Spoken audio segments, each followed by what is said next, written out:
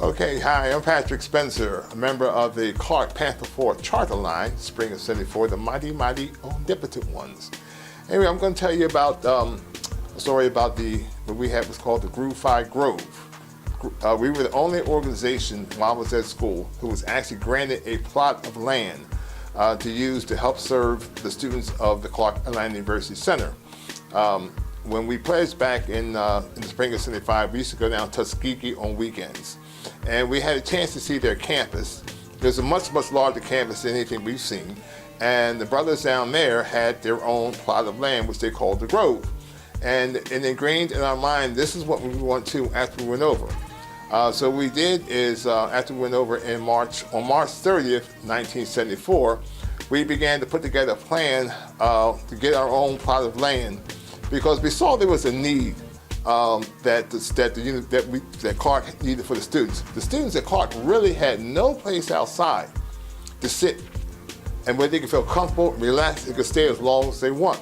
Back then, especially, when I came to Clark, I was in my first semester freshman.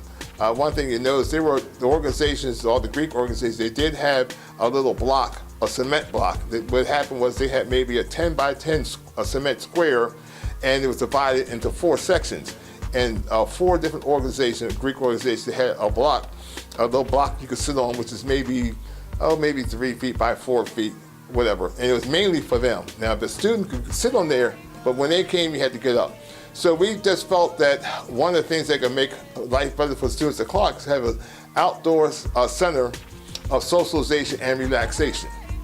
And we put together a proposal of that, and there was another thing that was needed at Clark, which they did not have, was the outdoor bulletin board. The only bulletin board they had on campus were inside the administrative buildings and stuff like that. And on the weekends, they were locked. So if activities were going on over the weekend, you had no way of knowing about it.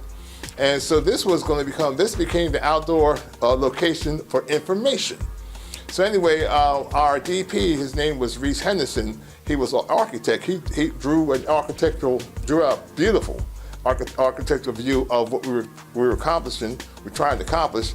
And then we set up a meeting the next school year, in the fall of the next school year, 1974, in the fall of '74, myself and my line brother James Tate and I, we met with the dean. We told him about our ideas, okay, and we came in with a very professional presentation. He was thoroughly impressed. There's an old saying is that necessity is the mother of all inventions. And we were able to show him a visual concept which was drawn professionally and tell him the need and what the purpose was for. It was something that the university never heard from the other organizations. A place that's open for all the students, they could come and stay as long as they want. He loved it, and he gave us the approval of it. And so what we did was, we had a design of a tree with 4 park benches around the tree. The bulletin board over here, we had a Groove-Fi Park over here. He granted us the land. We were the only organization that had the land. And then we eventually we got some benches from City Parks in Atlanta. We transported them to make the campus a little better place. And then that was the initial part of when the students began to realize, hey, we've got a place of our own. And it became the most popular spot on campus outdoors.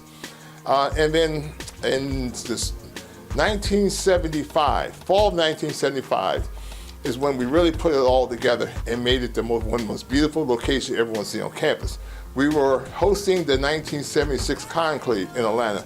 Those of you who were there back in 1976 will always remember this is one of the best undergraduate conclaves you ever want to see.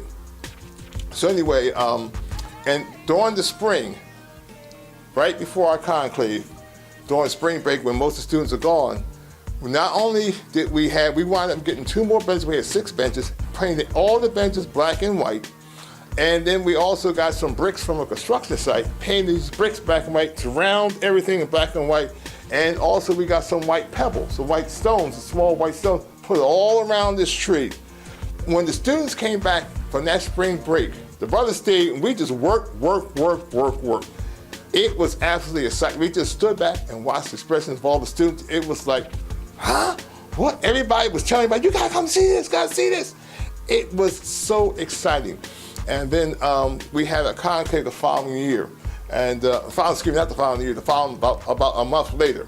So that was pretty much the story of the Grove, the history of the Grove. Everybody who went to school during that era, they will always remember that is the location where everybody hung out.